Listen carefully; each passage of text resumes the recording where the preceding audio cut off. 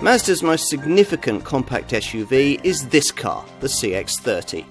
It borrows its engineering from the Mazda 3 hatch, but clothes it with the trendier SUV body styling that family buyers now increasingly want. Highlights here include eye-catching looks, cutting-edge engines, and one of the best cabins in the segment. If you're shopping in this sector, you probably weren't considering this Mazda, but you probably should be. It wasn't very long ago that we advised you to abandon all hope of driving enjoyment if you came in search of a compact SUV. This CX-30 sets out to prove it doesn't have to be that way. And it starts off with the huge advantage of being based on what is, in our view, currently the best handling family hatch in the segment, the Mazda 3. Like that car, it offers buyers a couple of 2-litre, mild hybrid embellished Skyactiv petrol engines, but there's no diesel, and a real driver-orientated vibe. That's thanks to a lovely wrist-flick 6-speed manual gear change. A 6-speed auto is optional, plus feelsome steering, perfect pedal placement, and an effective G-vectoring control plus torque vectoring system to help you to get the power down through the bends.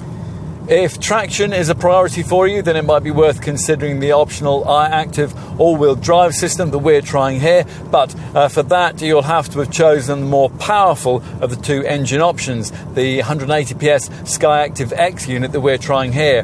This uses a tiny supercharger to boost torque and what the brand calls spark-controlled compressed ignition, or SPCCI, a patented lean burn process that delivers exceptional efficiency. Hence a very decent set of running cost figures, WLTP reading of 47.9 mpg and an NEDC rated 105 grams per kilometre of CO2. Those are significantly better than what you could expect from the lesser 122 PS Skyactiv-G power plant. Because neither of those engines has turbocharging, they can feel a little lacking in pulling power, and that's another reason why we think you're going to really want to get the Skyactiv-X unit in this car. Ride quality is a little softer than it is in the Mazda 3, but you sit a fraction higher and there's the same exceptional refinement at cruising speeds. Right, time to take a look in the cabin. Everything here is as smart, classy and well finished as it is in the Mazda 3.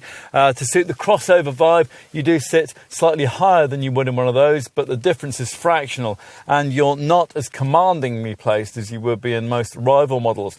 If you can live with that, though, there's loads to like here, with a snug, condensed cockpit area for the driver and a clean, airy open space around the passenger.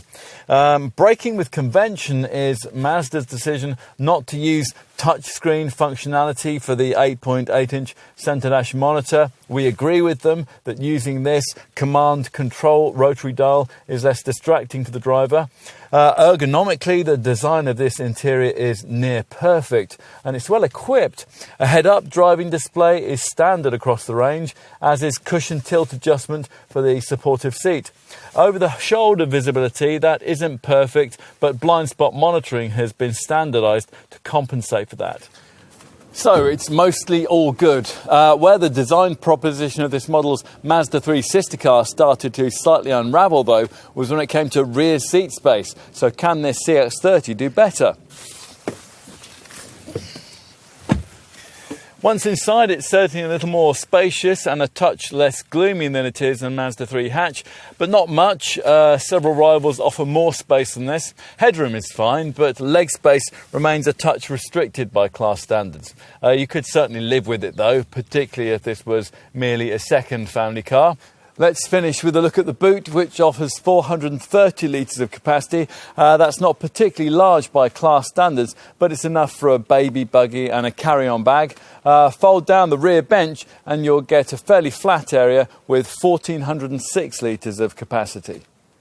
Mazda reckons that this might become its best-selling model, and if that happens, then the CX-30 would have achieved that position on merit.